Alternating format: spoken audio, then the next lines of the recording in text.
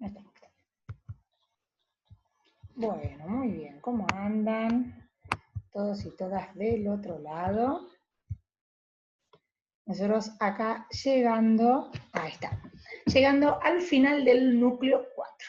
Un núcleo que fue un poquito más largo, ¿no? Tuvo un módulo más, de 5 módulos. Bien, llegando al final de este núcleo, que en algunos aspectos entendemos que les puede haber resultado un tanto denso y sobre todo un tanto desesperanzador, ¿no? Por ejemplo, me imagino que atravesar los 2 seminarios de Historia del Sistema de Salud en la Argentina para darse cuenta de que nuestro sistema de salud es heterogéneo, inequitativo y fragmentado desde hace más de 100 años, que prácticamente podríamos decir nació así, puede resultar un golpe difícil de sobrellevar porque a uno un poco lo obliga a asumir que, bueno, si hace más de 100 años este sistema es así, quiere decir que este sistema no se va a cambiar nunca, y que probablemente yo tenga que ejercer como profesional toda mi vida en este sistema tremendo, que efectivamente, por lo que ustedes han visto en sus experiencias de terreno, la mayoría de las veces no da una respuesta integral y adecuada a los problemas de salud de los usuarios, no genera verdaderos proyectos de cuidado. Entonces, lo que podemos hacer frente a esto es la desesperanza absoluta o, por otro lado, seguir el razonamiento y la reflexión de autores como Gastón Campos o Gastón Wagner de Sousa Campos, este autor que vamos a seguir en el seminario de hoy, que un poco nos conmina, nos obliga, nos interpela a pensar que es necesario, es mandatorio construir un proyecto sanitario diferente, ¿sí?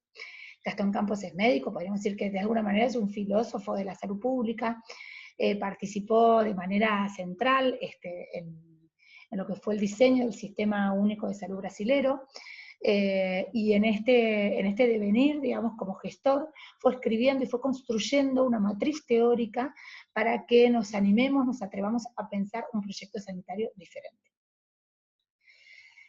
Mientras pensaba, escribía el módulo, pensaba lo que les iba a decir, de manera casi inevitable, muchas de las cosas que leía del autor, que ahora vamos a ver, me retrotrajeron a mi época de residente.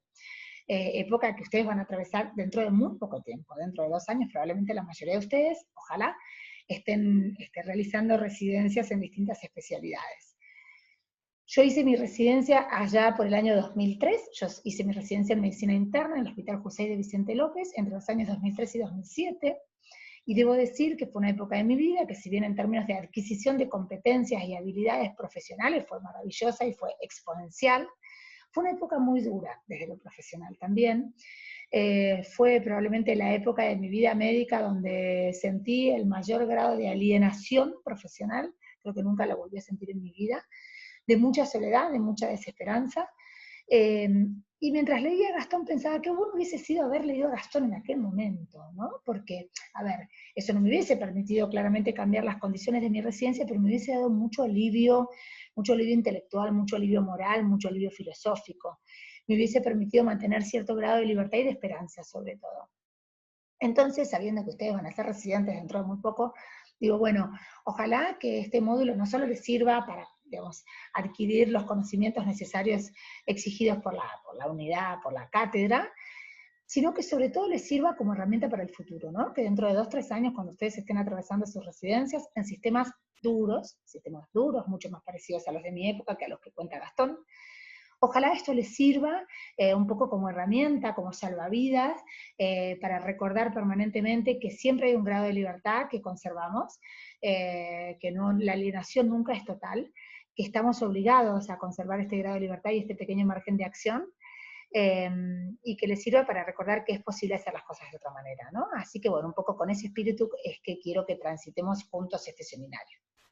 Bien, ¿qué es lo que hace Gastón Campos? Como les decía, él diseñó una matriz teórica de gestión diferencial al modelo de gestión que conocemos en la actualidad. Pero previo a esto, él transita todo un razonamiento, se hace una serie de cuestionamientos, que es lo que me gustaría que, que lo acompañemos en este razonamiento, y a partir de estos cuestionamientos es que él dice, bueno, listo, es mandatorio, es necesario, es obligatorio pensar en la construcción de otro sistema sanitario.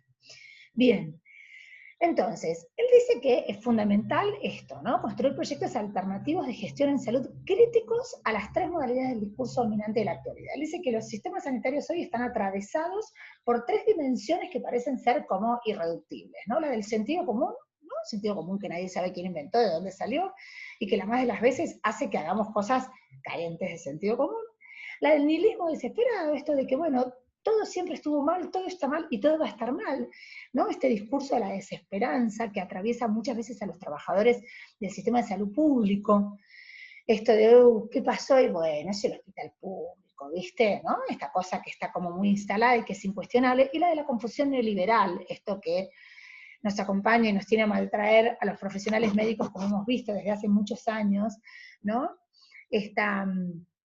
Esta cuestión que la corporación defiende de manera casi refleja, a veces parece, ¿no? Esto de defender los aspectos más liberales de nuestra profesión, que nadie podría decir hoy bien cuáles son, pero hemos visto cómo a lo largo de estos últimos 100 años la corporación médica ha chillado por no ser cooptada por el sistema de salud público y terminó siendo cooptada por los intereses privados.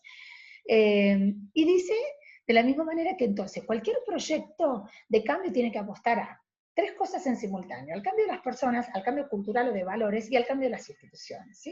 Él dice que es necesario mover las tres cosas a la vez para que los cambios efectivamente se produzcan.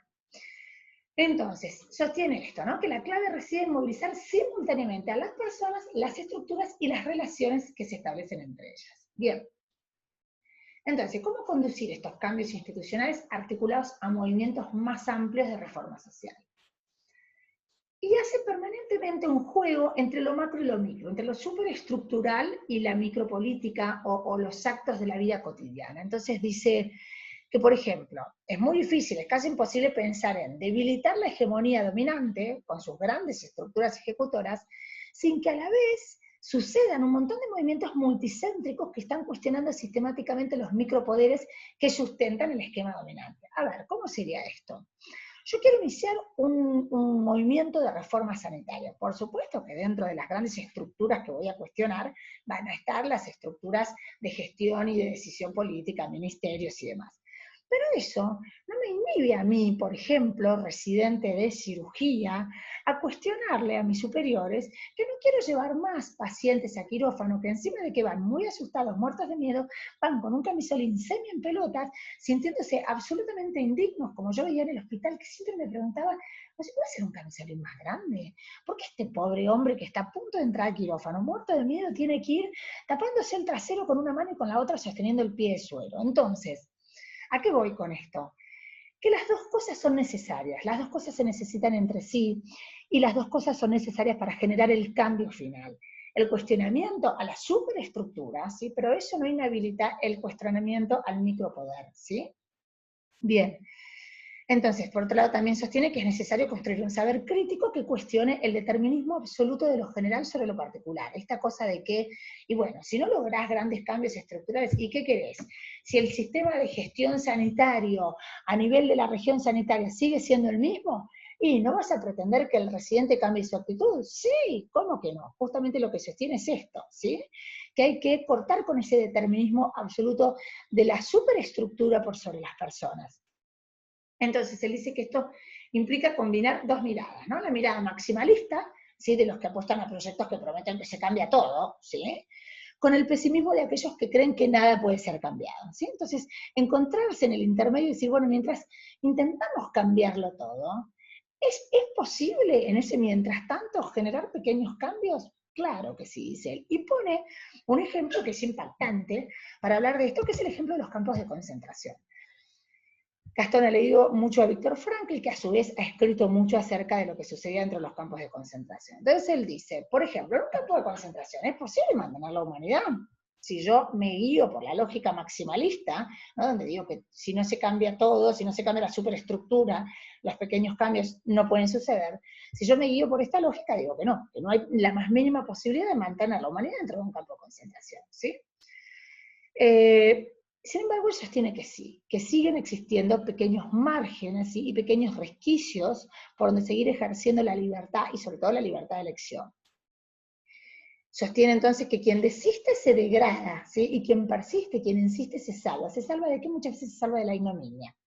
Entonces, por ejemplo, él dice, en un campo de concentración, a ver, ¿qué programa asumiría un pensamiento realmente libertario? Entonces él dice, la totalidad, lo maximalista, el cambio superestructural sería destruir el campo de concentración por completo. Ok, bien, y si esto no es posible, ¿qué hacemos? ¿No hacemos más nada? ¿O existe todavía la posibilidad de, por ejemplo, establecer relaciones de solidaridad con mis compañeros? ¿Existe todavía la posibilidad de plantearme cómo relacionarme con los dueños del poder absoluto? Y finalmente, lo que concluye Gastón es que no siempre se conseguirá escapar del campo de concentración, pero siempre se podrá intentar. Y en esa búsqueda, en ese intento permanente, es que se construye el sujeto autónomo capaz de ejercer la felicidad y la solidaridad. Bien, acá les traje esta foto, muchos de ustedes habrán visto La vida es bella, ¿no es cierto? ¿Se acuerdan de Buongiorno Principessa? Y esta micropolítica, estos pequeños actos de resistencia al poder que ejercía el protagonista de la película, manteniendo con su hijo, con su mujer, con sus compañeros del campo de concentración, relaciones de solidaridad, relaciones de cierta amorosidad, a pesar de estar inmerso en una superestructura deshumanizante, ¿sí? Lo cita Sartre, que dice que a cada persona les es dada la posibilidad de progreso, de constituirse como sujeto venciendo sus propias contradicciones y las deficiencias de los esquemas dominantes, ya sean ellos familiares, estatales, empresariales o religiosos. A ver, por supuesto que todos vamos a tener capacidades distintas en función de las condiciones materiales de existencia, de nuestra historia de vida, de nuestra época, que van a condicionar las posibilidades existenciales. Entonces, las posibilidades podrán ser más amplias o más pequeñas, pero siempre están, ¿sí? Siempre habrá un mínimo, un pequeño resquicio que le queda al sujeto, un mínimo margen de libertad, ¿sí? Bien, entonces, lo que sostiene es que es necesario realizar el máximo esfuerzo para disminuir la distancia entre los que comandan, planifican y dirigen a la mayoría de los ejecutantes de acciones y servicios. Porque él sostiene que justamente para mantener este pequeño margen de libertad, esta pequeña autonomía del sujeto, ¿sí? Todos de alguna manera tienen que tratar de ser gerentes, tienen que recuperar cierta autonomía. Él sostiene que uno de los puntos claves en la degradación del sistema sanitario ha sido la pérdida de autonomía por parte de los sujetos, la pérdida de la capacidad de constituirse como actores, ¿sí? Sostiene que cuando los profesionales de la salud dejaron de constituirse como actores, ¿sí?, capaces de instituir acciones de cambio, efectivamente dejaron de producir cambios, ¿sí? Entonces, para esto, por supuesto, sostiene que es necesario reformular los organigramas institucionales para que el poder se distribuya, circule y fluya de otra manera. Por supuesto que es muy difícil conservar o desarrollar cierto grado de autonomía en organigramas que son absolutamente piramidales, donde el poder está todo concentrado en una o dos personas. Por otro lado, sostiene que es necesario asegurar la interferencia, es un concepto muy Meri, ¿no? Asegurar la interferencia de la sociedad en la vida interna de las organizaciones sanitarias, ¿no? Para también, como otra de las maneras de lograr este cambio.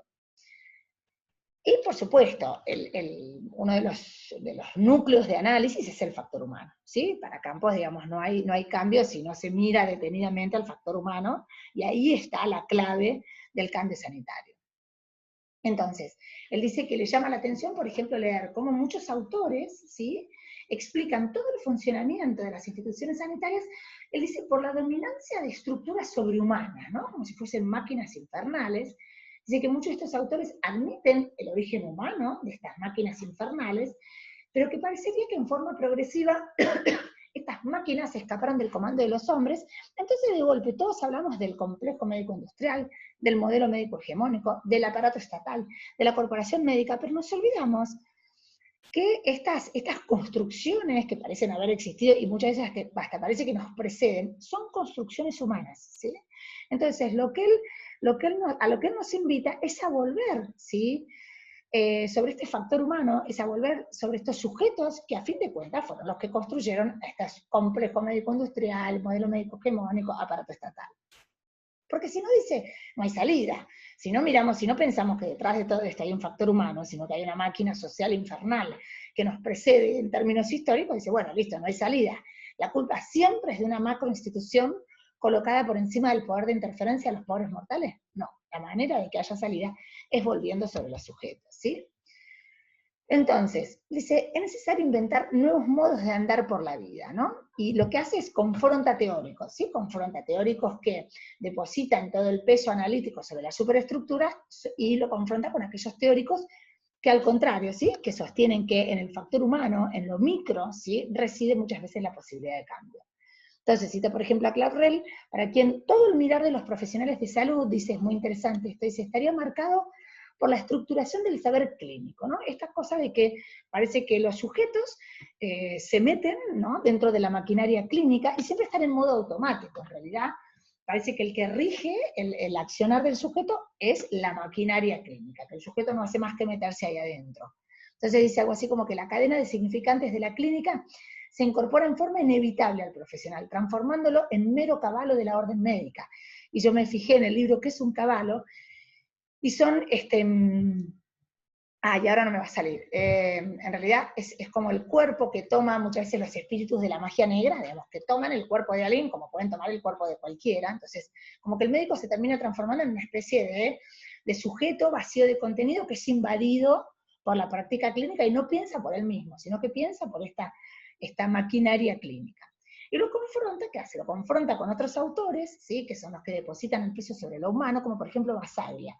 ¿Se acuerdan que nosotros hablamos de Franco Basaglia en el núcleo 1, en el módulo 1 del primer núcleo, cuando hablábamos del movimiento obrero italiano y el famoso non delega, ¿no? Esta cosa de, no queremos delegar en otros nuestra propia salud y nuestro propio conflicto sanitario o social o lo que fuera. Somos nosotros los dueños de nuestra respuesta y somos nosotros los dueños de nuestro potencial cambio.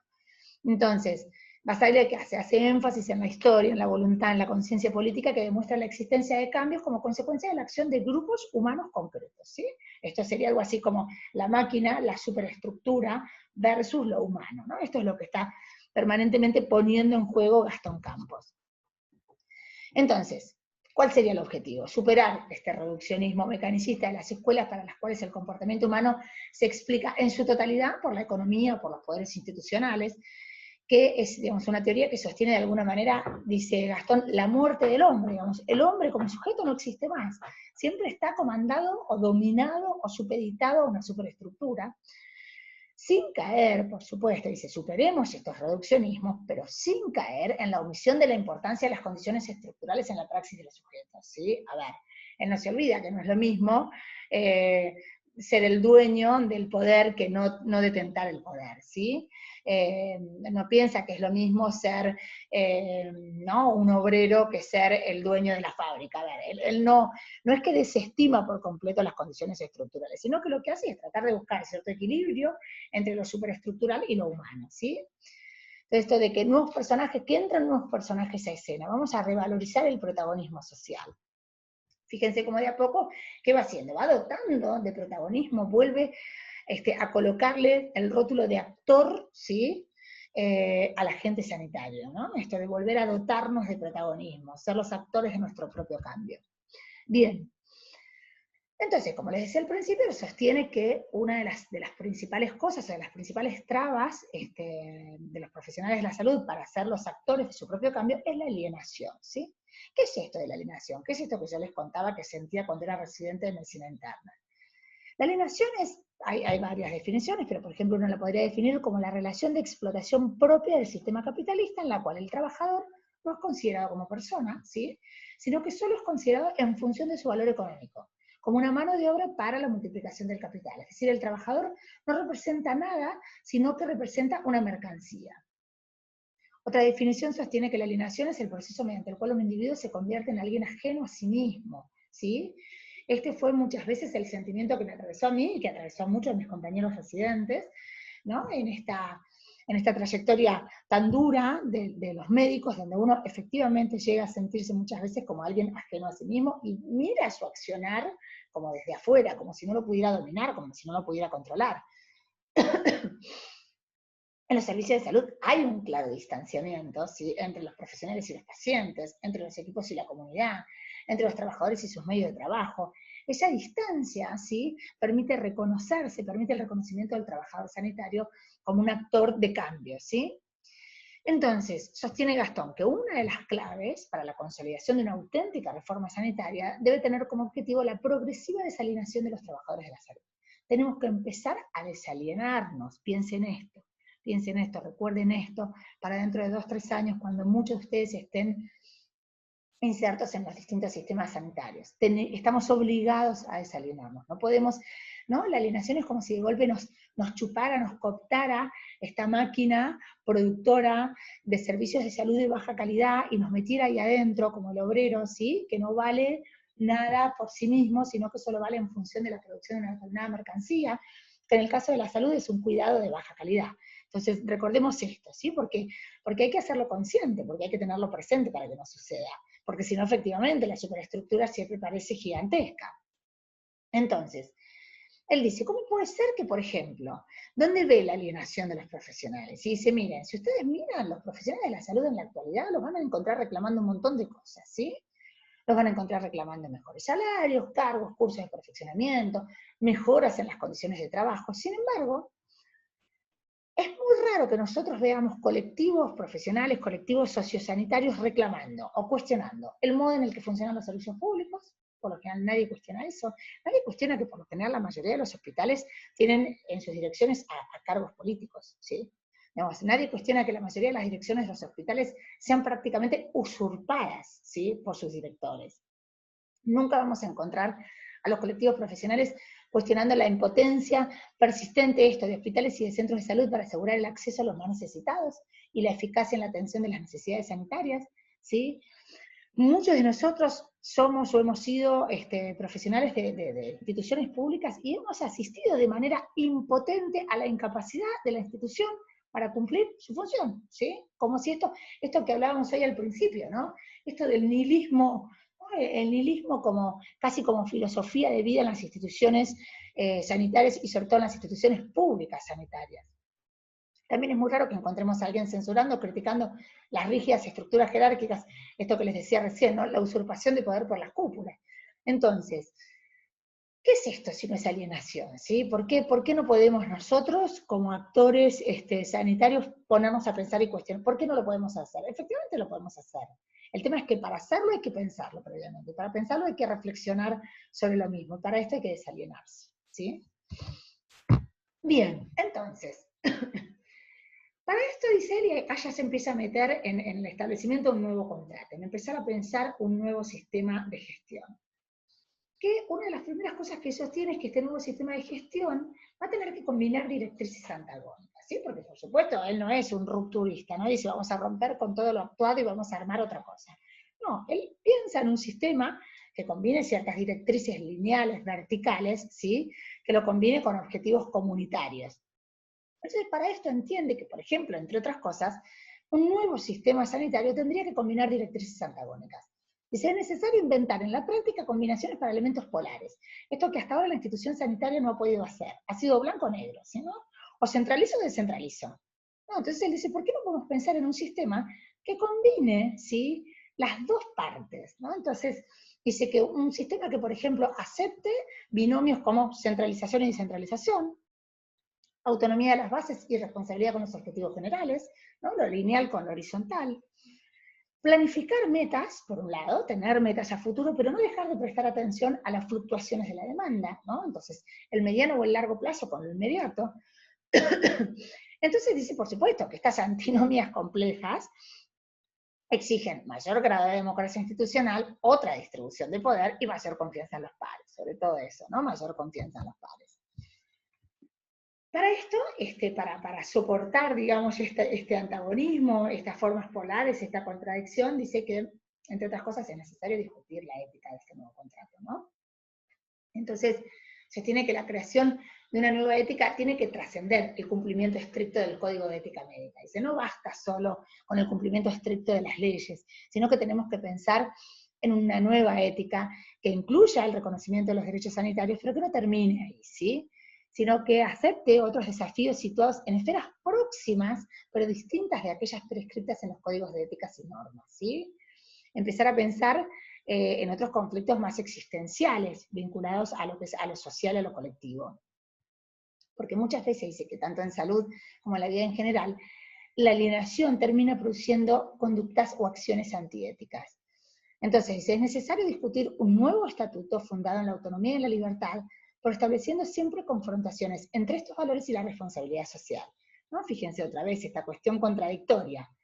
Incluir entre los objetivos institucionales la cura, la prevención, la promoción de la salud, así como también la construcción de tasas progresivas de autonomía de los pacientes y de las comunidades, ¿no? Este es el nuevo código de ética, esta es la ética de este nuevo contrato.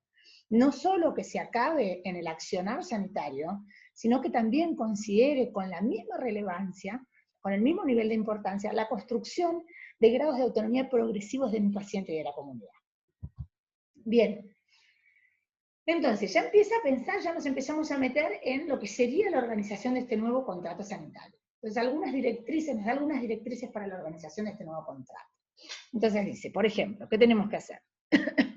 Aumentar los esfuerzos para evidenciar la cantidad y la forma como el dinero público es gastado en salud. Dice, es imposible pensar en un nuevo modo de gestionar si de una buena vez por todas no estamos dispuestos a ver qué pasa con la distribución del gasto en salud, qué pasa con el dinero en salud, ¿sí?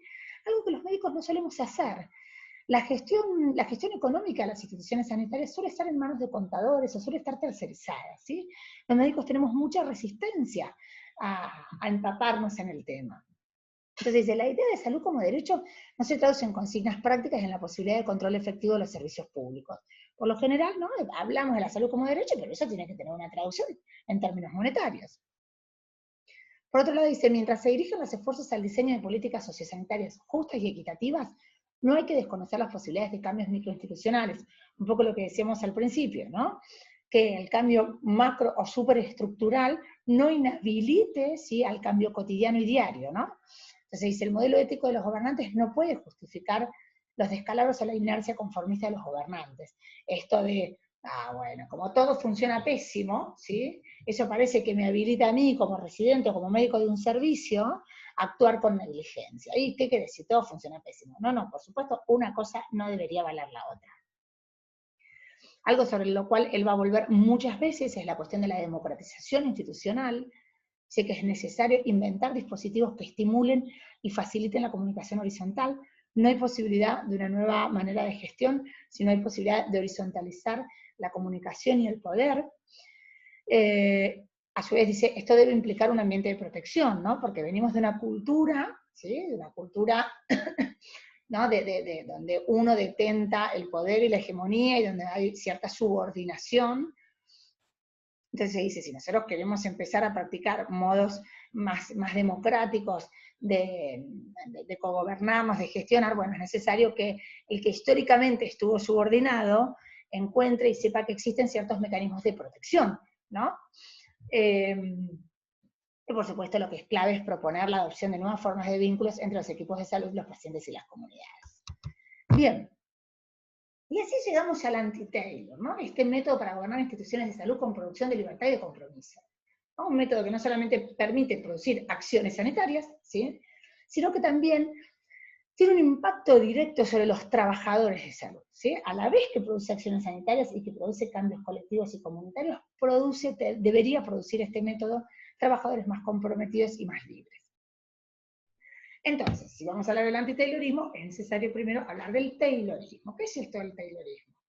Y nos cuenta Gastón que después de la Revolución Soviética, los principales dirigentes adoptaron el taylorismo como el método científico que se suponía más adecuado para organizar fábricas, empresas y hospitales, por supuesto. Esto contribuyó a una rápida y avasalladora dominación de la burocracia en todas las esferas de la vida. Entonces, la teoría general de la administración o el taylorismo, ¿qué hace? Se adjudica la tarea de administrar a las personas como si fueran instrumentos, cosas o recursos, ¿sí? Pero siempre objetos despojados de voluntad y de proyecto propio. Hay un superproyecto, superestructural, mientras que en los seres humanos el recurso no es más que una pieza de la máquina. El objetivo, digamos, de esta teoría es disciplinar al trabajador, doblegar su orgullo, su autonomía, inhibir todo tipo de iniciativa crítica, ¿sí? Entonces, bueno, esto es el taylorismo, esta es la teoría de gestión que ha dominado las instituciones sanitarias hasta la fecha. Lo que va a hacer Campos es proponer un modelo alternativo.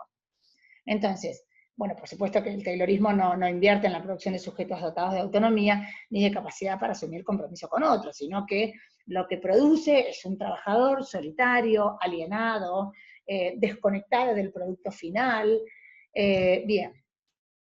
Entonces, se lo suele definir como un sistema de organización científica o racional de las tareas laborales que apuesta por la mecanización, ¿no?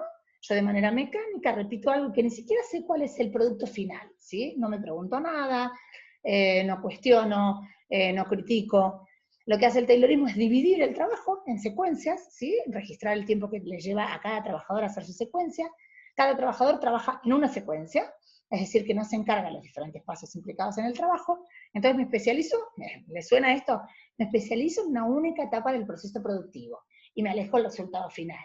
Digo, ¿les suena esto? Todos deben haber ido en algún momento de sus vidas a un súper especialista en algo, en medicina, y realmente era como estar hablando muchas veces con más un técnico electromecánico que con un médico, ¿no? Esto del hiperespecialista que se ha alienado por completo, se ha olvidado de ese ser humano que tiene enfrente y solo está dispuesto a mirar el huesito del carpo porque es especialista en mano y no importa qué hay detrás de esa mano. Bueno, esto es el Taylorismo y contra esto va Campos. En el Taylorismo el trabajo de cada obrero es cronometrado para minimizar la pérdida de tiempo. Yo me acordaba la famosa huelga de los 7, ¿no? Que alguna vez se le escuché contar a Daniel Goyán, el que es nuestro ministro de Salud de provincia, cuando él va hace un par de años atrás a Barcelona, estaba en una visita de carácter institucional, y estaba en un hospital, y él cuenta que ve salir a los médicos, así en actitud de protesta, con carteles y demás, y coreaban 7, 7, entonces cuando él pregunta por qué coreaban la palabra 7, dice, claro, porque están pidiendo por 7, porque están pidiendo para que la atención médica, la consulta, dure 7 minutos, en lugar de los 4 que duraba en ese momento.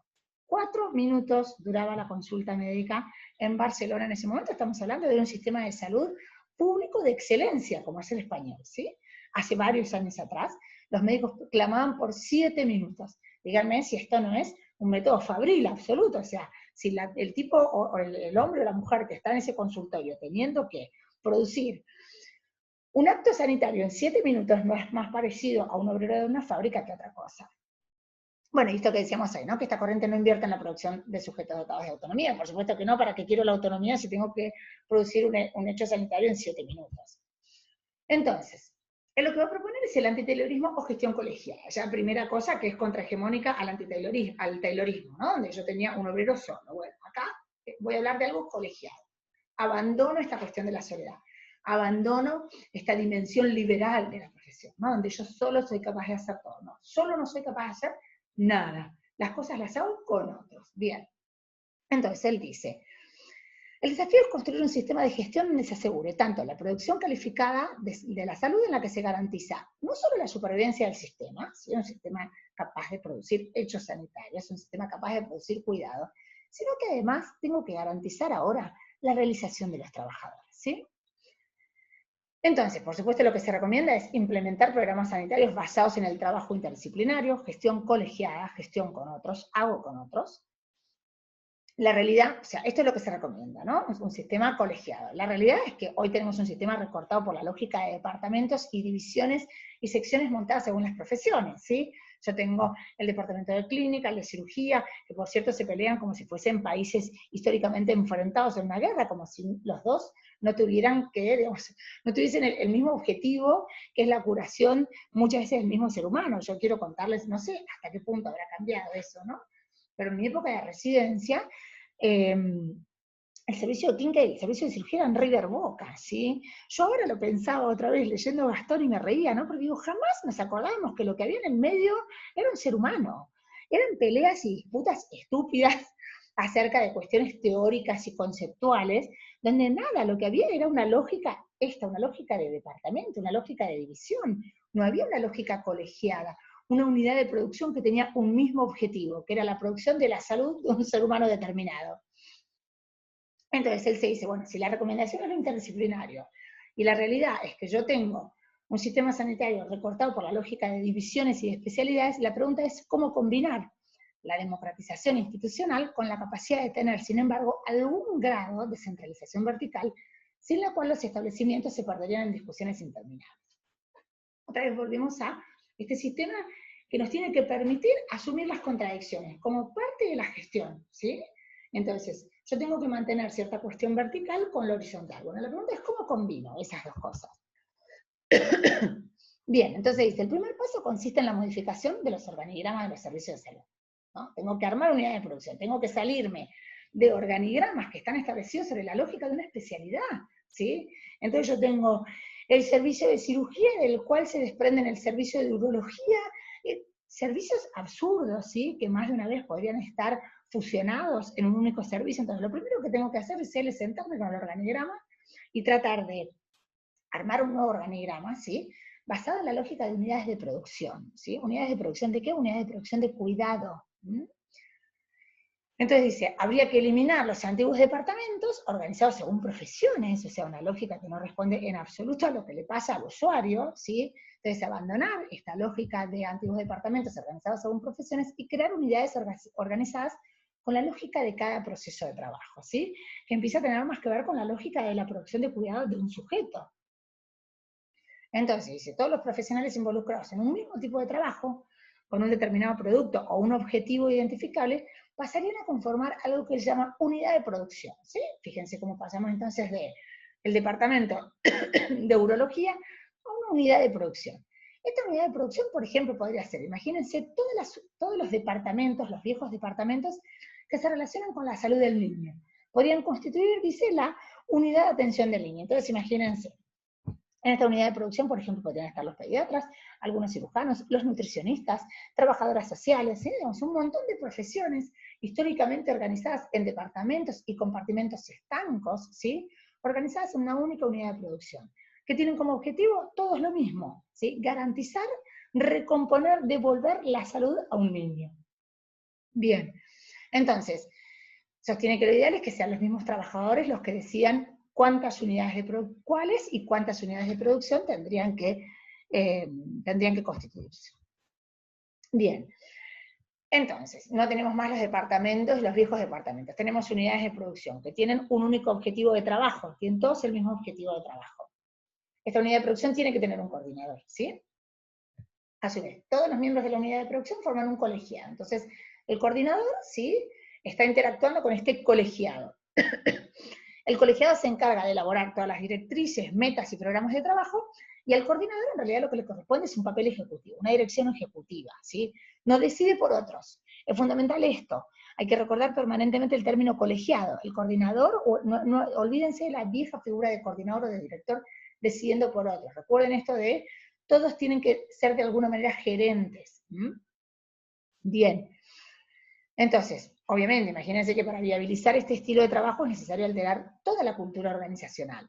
Para esto se recomienda facilitar información, ¿sí? Y crear horarios de encuentro, ¿sí? O sea, esto no se hace de la noche a la mañana, esto no es mágico, venimos, como decíamos, de una cultura que nos precede en más de 100 años. Alterar esta lógica, ¿no? Es ir en contra del sentido común, del nihilismo, de esta trampa de neoliberal, o sea, hay que pensar todo de nuevo. Para esto es fundamental hablar, comunicarnos y encontrarnos. Entonces él dice, la reflexión y el pensamiento crítico tienen que ser parte habitual del trabajo. Otra vez, otra forma de desalienarse, ¿no? Esta cosa consciente, esta cosa de pensar la propia práctica. Digo, hablamos hoy de tantas cosas conscientes, hablamos de alimentación consciente, de no sé qué consciente, bueno, ¿por qué no podemos hablar de una práctica sanitaria consciente? ¿No? De que en mi proceso de trabajo permanentemente esté implicado cierta reflexión y pensamiento crítico.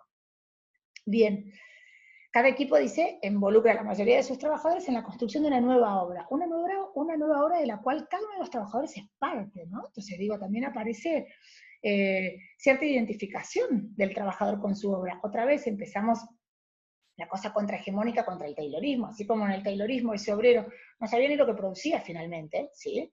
Bueno, en el anti-Taylor, ¿no? Digamos, cada trabajador está identificado, se involucra y se identifica con esa obra final, con ese producto final. Por eso hablamos de unidades de producción de una única obra. Entonces, los trabajadores se identifican y al mismo tiempo cumplen los compromisos de la unidad de servicio a la que pertenecen, ¿sí? O sea, hay una lógica, hay un organigrama con una lógica de unidad de producción, pero a su vez, ¿sí? Ese colegiado de trabajadores, todos están involucrados en esa obra final. Díganme si no quisieran trabajar en una institución así. Claramente todos quisiéramos trabajar en una institución así. Una de las recomendaciones para este tipo de gestión colegiada es lo que él llama la supervisión matricial, ¿sí?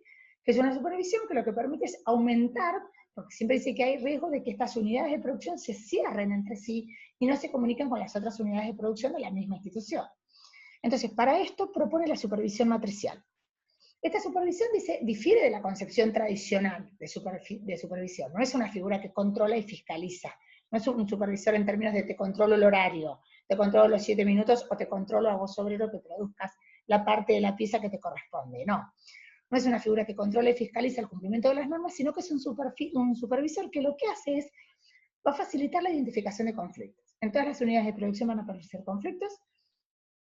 El tema es ver el conflicto, transitarlo y resolverlo, ¿sí? Se supone que el transitar cada conflicto va a mejorar, ¿sí? Va a potenciar estas unidades de producción. Para eso un poco el supervisor va a venir un poco a mostrar el conflicto, a evidenciarlo y a permitir que ese colegiado trabaje con su conflicto, ¿sí? Entonces, el supervisor va a facilitar la identificación de conflictos y el proceso de reflexión crítica, o sea que va a tener una combinación de funciones típicas de un analista de grupo con las de un asesor en planificación. Entonces, se van a realizar modificaciones en el sistema de la dirección general de las organizaciones.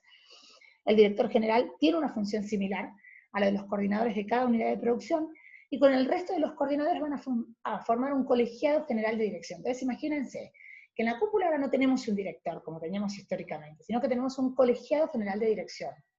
De ese colegiado general de directores, ¿sí?, se van a desprender las distintas unidades de producción, ¿sí?, con su colegiado, cada una de sus unidades con su coordinador y su colegiado, ¿sí? Y todos van a contribuir a la misma obra, al mismo proyecto, ¿sí? Que es, en función de a dónde pertenezcan las distintas unidades, la recuperación de la salud de los individuos, ¿sí? Bien. Entonces, otra cosa importante que dice respecto de esto es que acá no perseguimos la autogestión, ¿sí? En el anti-Taylor o en este sistema colegiado no se persigue la autogestión como un valor. Al contrario, dice, no solo que es inalcanzable, sino que ni siquiera es deseable. No deseamos la autogestión. ¿Por qué?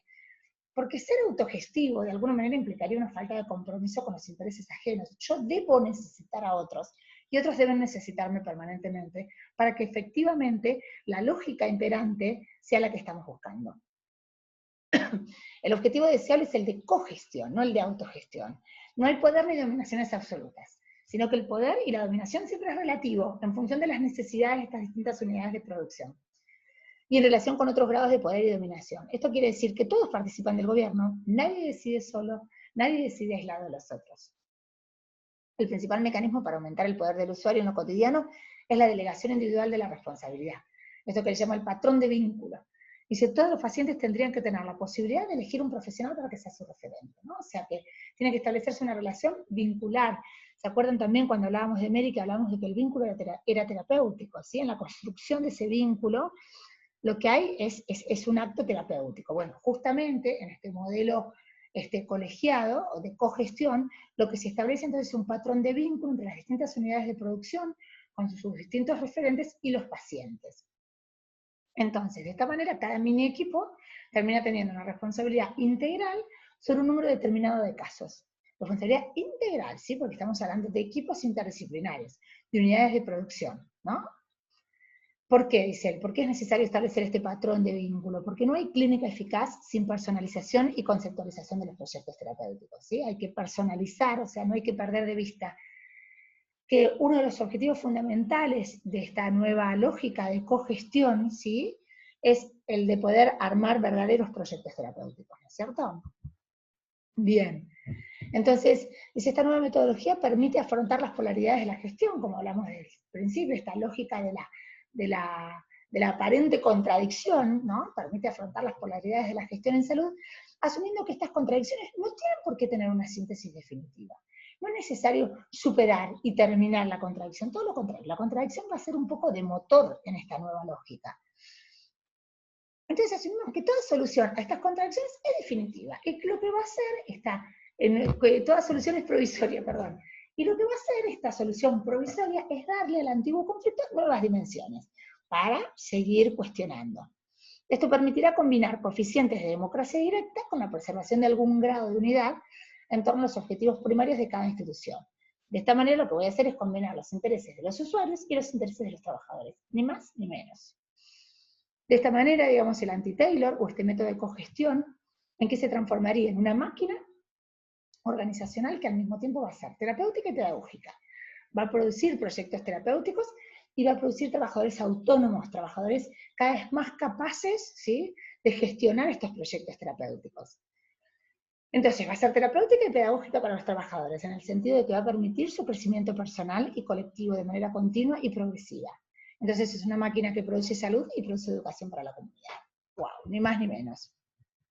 El método de gestión colegiada no se propone la resolución definitiva de los conflictos, como dijimos, y mucho menos la eliminación de las contradicciones. Al contrario, se admite la inevitable existencia de estas contradicciones y asume entonces que hay que crear espacios donde estas contradicciones puedan ser explicitadas y trabajadas, considerando que siempre va a haber intereses y racionalidades diferentes involucradas. Digo, se instala el disenso y se instala el conflicto como un motor y como fuente de trabajo. Por supuesto que no es fácil acostumbrarse a la idea del conflicto permanente, y menos aún lidiar con la práctica diaria en estos claroscuros, descubrir que el polo negado nunca será completamente suprimido, ¿sí? Es una máquina gerencial dialéctica, entonces, ¿sí? Es un mecanismo de capas de lidiar con el conflicto social básico en la institución de cualquier sociedad. El conflicto entre los deseos individuales y las necesidades sociales. Eso va a estar permanentemente en tensión. Tiene que ser una máquina que asegure tanto las posibilidades de participación y que por lo tanto produzca distribuciones más equilibradas del poder, así como también tiene que garantizar de alguna manera cierta objetividad y cierta practicidad en el funcionamiento del establecimiento. Digo, no podemos perdernos en diatribas interminables, ¿sí? En algún momento hay que gestionar para la producción de lo terapéutico, ¿sí? Entonces, por último, ¿qué es lo que sostiene respecto de la discusión, de las contradicciones? Sostiene que la discusión, negociación y explicitación de las diferencias siempre seguidas de síntesis, deben ser siempre seguidas de una síntesis operativa, para ser llevadas a la práctica por los trabajadores y que la mayoría aprenda algo con el proceso. Otra vez, la máquina terapéutica y la máquina pedagógica, ¿sí? Por último, creo que está igual, es más que evidente, está más que en la superficie, pero vamos a recordar entonces cuáles serían las ventajas de este sistema de cogestión o este sistema antitaylorista. Ni hablar que mejora el grado de participación y de compromiso de los equipos con la institución como un todo. Vuelvo a mi época de residente. Distinta hubiese sido mi relación con ese hospital donde me formé como residente si hubiese tenido esta lógica. Yo salí odiando mi hospital, ¿sí? Entonces, mejorar el grado de participación y de compromiso de los equipos con la institución como parte de un todo. La mayor parte del personal se ha sentido creadora cuando participan en este tipo de modelos de cogestión. El personal se siente creador del modelo probado. Y esto potencia un aumento de su tasa de felicidad y de realización profesional, ¿sí? Permite a su vez la creación de un sistema informal de educación continuada de estilo Paideia, que es otro tema que probablemente en algún momento veamos, gracias a la multiplicación de espacios, o sea, el mismo sistema va generando estos espacios de discusión, estos espacios donde se explicitan las contradicciones, en realidad no son más que espacios donde se intercambia información, saberes y se están discutiendo problemas, o sea, son espacios de discusión permanente.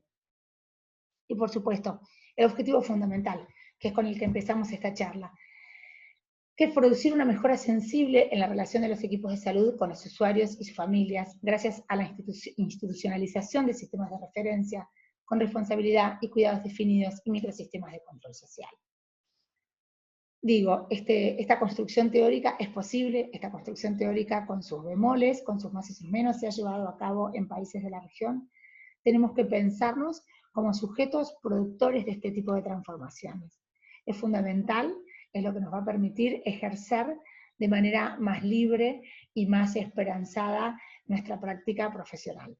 Espero realmente que esto se lo lleven puesto y les sirva tal como yo pensé que les podía llegar a servir mientras lo leía, que el día de mañana cuando estén en sus residencias se acuerden algo, una frase de este seminario, para no perder la esperanza, para no caer en este nihilismo absoluto y desesperanzador, y para recordarse que mientras se está llevando a cabo el cambio superestructural o en la macroestructura, siempre es posible mantener pequeños grados de libertad en los actos de la vida cotidiana.